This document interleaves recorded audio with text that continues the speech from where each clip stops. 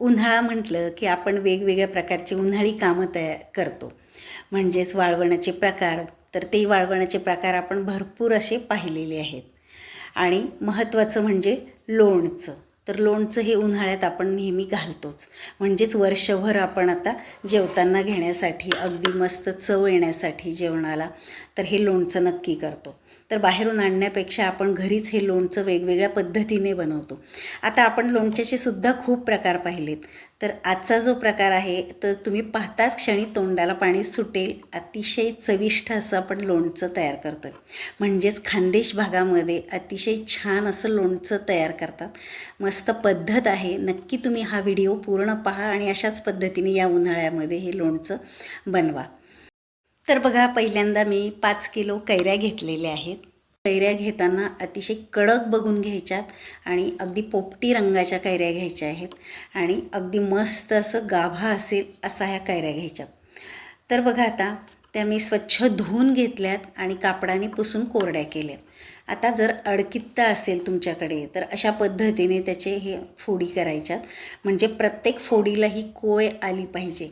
कोय त्या ज्या फोडींना येईल तर हे लोणचं जे आहे तर आपल्याला लोणचं जास्त टिकण्यालाही मदत होते.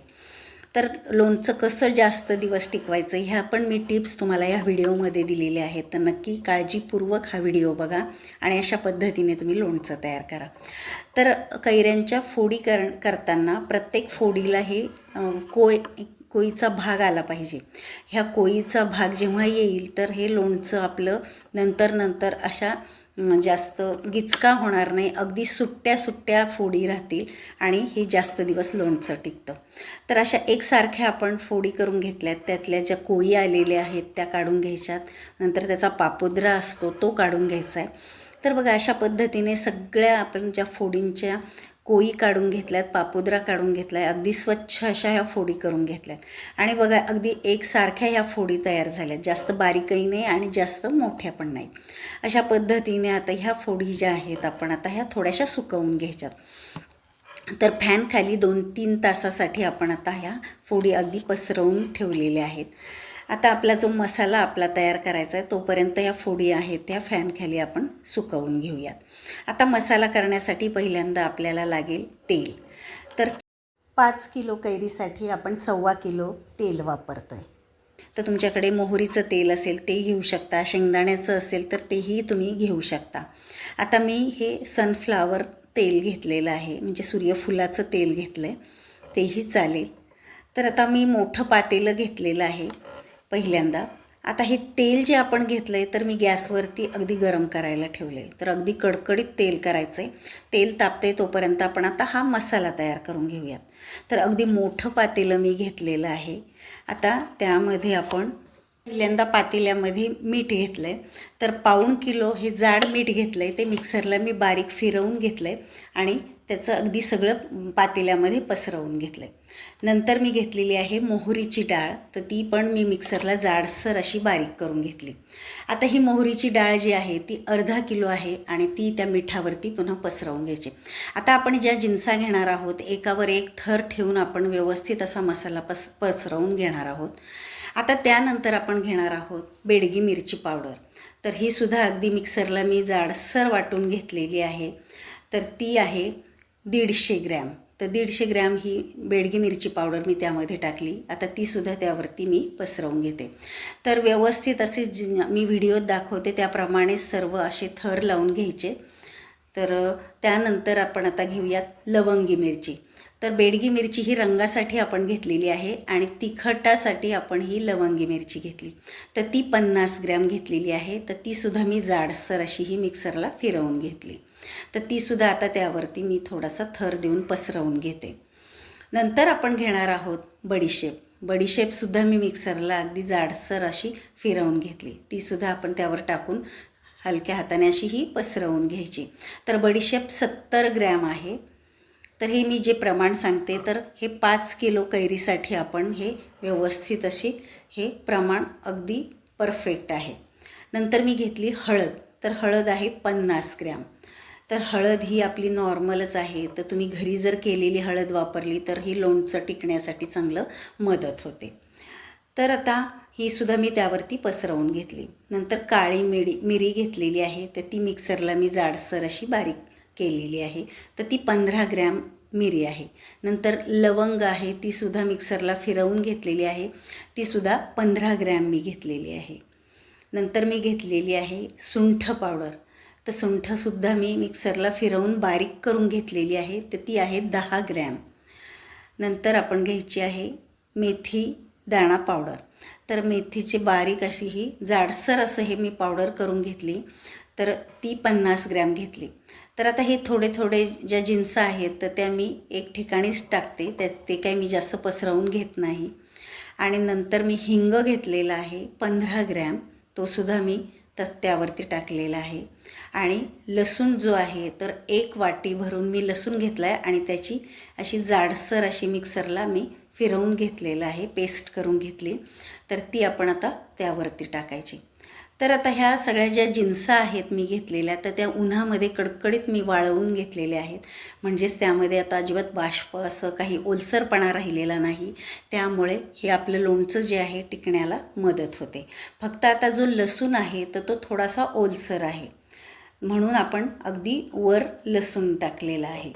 आता इकडे बघा, हे तेल जे आहे चांगलं कडकडीत झालं आहे का हे बघण्यासाठी मी एक लसूण त्यामध्ये लसणाची पाकळी टाकली. तर बघा, आता हा जो लसूण आहे त्यामध्ये चांगला तळला जातो आहे आणि हलका गुलाबी रंग आला की लगेच आपण गॅस बंद करायचा आहे, म्हणजेच तेल चांगलं तापलं आहे असं समजायचं. आता हे तेल चांगलं आपल्याला कडकडीतच तापवायचं आहे. आता हे चांगलं तापलेलं आहे बघा तेल. आता हे तेल आपण आता पळीने आपण ह्या मसाल्यावरती टाकायचं आहे. तर आता मी गॅस बंद केलेला आहे आणि या पळीने आता हे मसाल्यावरती आपण आता तेल टाकूयात. तर हे जे मसाले आहेत तर अगदी ज्या थराने मी अगदी व्यवस्थित क्रमाने जे थर बनवलेले आहेत तशाच पद्धतीने तुम्ही बनवा. तर आता हे पळीने आपण एक एक करून पळीने तेल घ्यायचं आहे आणि वर लसणावरतीच पहिल्यांदा हे तेल टाकायचं आहे. म्हणजेच लसूण जो ओलसर आहे तो तळून निघाला पाहिजे. म्हणजे लसणावर टाकत इतरही वस्तूंवरती थोडं थोडं हे तेल टाकायचं आहे. तर हे 5 किलो कैरीसाठी आपण 1.25 किलो तेल घेतलेलं आहे. अगदी परफेक्ट प्रमाण आहे. अशाच पद्धतीने तुम्ही सर्व हे फॉलो करा आणि मस्त असं हे लोणचं बनतं. जसं दिसायलाही छान, तशाच पद्धतीने चवीलासुद्धा अतिशय सुंदर लागतं. एकदा जर हे लोणचं तुम्ही केलं तर दरवर्षी नक्की कराल, ही फुल गॅरंटी आहे माझी. बघा, इतर लोणच्यापेक्षा हे लोणचं खूप सुंदर लागतं, खूप छान लागतं. अगदी मसालासुद्धा त्याचा इतका छान आहे. आपण आयतं किंवा विकतचं काहीही आणलेलं नाही मसाला. घरच्या घरीच हा मसाला तयार करून हे लोणचं आपण बनवतो आहे. खूप छान होतं. तर बघा, आता पळीने मी हे थोडंसं टाकलं आहे आणि आता हे पातेल्यानेच आपण आता सगळीकडे टाकायचं आहे. लसणावरती पहिल्यांदा टाकायचं आहे. लसूणसुद्धा त्यामध्ये चांगला तळला गेला पाहिजे आणि नंतर या जिन्सांवरती टाकायचं आहे. आता सगळं तेल टाकल्यानंतर आपोआप हे तेल खालीपर्यंत जातं आणि सगळ्या ज्या जिन्स आहेत त्या चांगल्या तळून निघतात. तर वरचा लसूण जो आहे तो तेलामध्ये चांगला आपण पसरवून घ्यायचा आहे. म्हणजेच लसूणच जास्त छान असा तळला जातो, म्हणजेच हे लोणचं जे आहे खमंग आणि छान लागतं. तर आता अशाच पद्धतीने थोड्या वेळ आपण हे असंच ठेवायचं आहे. एक अर्धा तास तरी आपण असंच मसाला तसाच ठेवायचा आहे. तर बघा, आता हे जे लसूण आहे मी तेलामध्ये सगळा ओढून घेतला आहे. आता अर्ध्या 1 तासाने बघा हे मसाला असा पद्धतीने बघा कोमट झालेला आहे. आता आपण झाऱ्याच्या साहाय्याने सगळं आता एकजीव करून घेऊयात. तर बघा, तुमच्याकडे जर जाड मीठ नसेल तर तुम्ही बारीक मीठ घातलं तरीसुद्धा चालेल, पण लोणच्यामध्ये जाड मीठ जर घातलं तर लोणच्याला अधिक चव येते. त्यामुळे नक्की जाड मीठच वापरा तुम्ही. तर बघा, आता मी हे सगळं एकदा एकजीव करून घेते. तर बघा, रंगसुद्धा त्याचा इतका छान आला आहे. अगदी घरभर असा वास छान सुटलेला आहे या मसाल्याचा. तर आता हे लोणचं जे आहे तर टिकण्यासाठी भरपूर अशा टिप्स तुम्हाला मी देते, तर तशाच पद्धतीने तुम्ही फॉलो करा. आता आपण भांडीसुद्धा वापरताना, लोणचं करताना स्टीलचं आणि काचेचीच भांडी वापरा, इतर धातूची वापरू नका. कारण आंबटपणासाठी आपण हे दुसऱ्या धातूचं हे कोणती भांडी आपण घ्यायची नाही आहेत. आणि पाण्याचा हात पूर्ण लोणचं तयार होईपर्यंत अजिबात ओलसर भांडी नाही किंवा हातही पाण्याचा असा राहिला नाही पाहिजे किंवा त्याला लागला नाही पाहिजे. आणि लोणचं झाल्यावर सुद्धा पाण्यापासून लोणचं हे लांबच ठेवायचं आहे. तर बघा आता हे अशा पद्धतीने मी हे सगळा मसाला जो आहे तो एकत्र करून घेतला आहे. आणि आता मी दुसऱ्या दिवशी म्हणजे रात्रभर हा मसाला तसाच ठेवला आहे, म्हणजे पूर्ण हे थंड होऊ द्यायचं आहे आपल्याला. अजिबात कोमटसुद्धा ठेवायचं नाही आहे. पूर्ण थंड झाल्यानंतरच आपल्याला त्यामध्ये या कैऱ्यांच्या फोडी टाकायच्यात आणि त्यामध्ये मिक्स करून घ्यायच्यात. तर थोडंसुद्धा कोमट हे मसाला नको आहे आपल्याला, कारण जर जास्त दिवस आपल्याला हे लोणचं टिकवायचं असेल तर हे पूर्ण हा मसाला आपल्याला थंड करून घ्यायचा आहे. तर आता थोड्या ज्या फोडी आहेत मी त्यामध्ये टाकून या मसाल्यामध्ये चांगलं मिक्स करून घेते. तर बघा त्याचा रंगसुद्धा किती छान आलेला आहे, अगदी मस्त अशी चव आहे त्याला. तर आता अशाच पद्धतीने हे थोडं करून मी हे लोणचं त्यामध्ये आता हे मिक्स करते कैऱ्या. आणि त्यासाठीच आता हे मोठं छान असं मी पातेलं घेतलं आहे. तुम्ही हवं तर स्टीलचं घमेलं घ्या, म्हणजे चांगलं हलवतासुद्धा येईल. आणि आता यासाठी आपल्याला काचेची बरणी किंवा चिनी मातीची बरणीच वापरायची आहे. म्हणजेच त्यामध्ये जर आपण हे लोणचं ठेवलं तर 1-2 वर्ष हे लोणचं अगदी तसंच्या तसं राहतं आणि छान असं हे टिकलं जातं. त्याला कुठे बुरशी येत नाही किंवा वास येत नाही. त्यामुळे चिनी मातीची किंवा काचेचीच बरणी तुम्ही वापरा. तर बघा आता हे कैऱ्या आपण त्यामध्ये टाकलेल्या आहेत. आता सगळं आपण मिक्स करून घ्यायचं आहे. आता रंग बघा ह्या लोणच्याला अतिशय मस्त आलेला आहे. तर आता हे सगळं मी मिक्स करून घेते. तर जर तुम्ही आता वेळ असेल तर 1-2 दिवस तुम्ही यामध्ये असंच जर ठेवलं तर थोडंसं हे कमी होतं, मुरलं जातं आणि थोडंसं कमी होतं.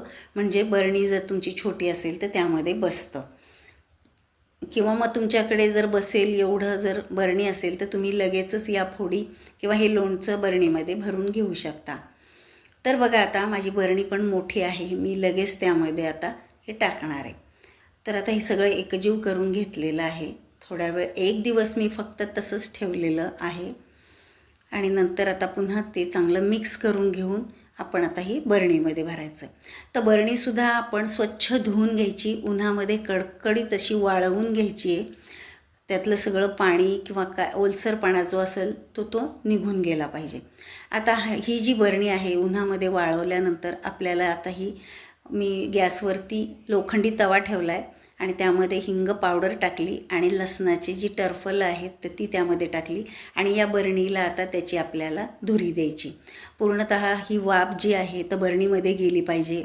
तर असं केल्याने काय होतं की हे जे लोणचं आहे तर हे जास्त दिवस टिकतं आणि छान असं राहतं, वास येत नाही किंवा बुरशी पण लागत नाही. तर अशा पद्धतीने या बरणीला आतपर्यंत ही धुरी द्यायची आहे. तर ही चिनी मातीची बरणी जी आहे तर त्यामध्ये मी हे लोणचं ठेवणार आहे. तर बघा ही वाफ दिल्यानंतर त्यावरती थोड्या वेळ झाकण ठेवायचं आहे, म्हणजेच ही धुरी जी आहे तर पूर्ण बरणीला आतून लागली जाते आणि हे लोणचं चांगलं टिकतं. तर बघा आता हे लोणचं जे आहे तर ते आता पुन्हा एकदा मी चांगलं मिक्स करून घेते, म्हणजे सगळ्या ह्या ज्या कैऱ्यांच्या फोडीला सगळा मसाला व्यवस्थित असा लागला पाहिजे. आणि आता आपण हे बरणीमध्ये भरल्यानंतरसुद्धा 8 दिवस जवळपास आपण 2-2 दिवसांनी आपण हलवून घ्यायचं आहे, म्हणजे मग हे जे लोणचं आहे तर ते चांगलं टिकलं जातं. आता बरणीमध्ये आपण हे लोणचं भरून घेऊयात.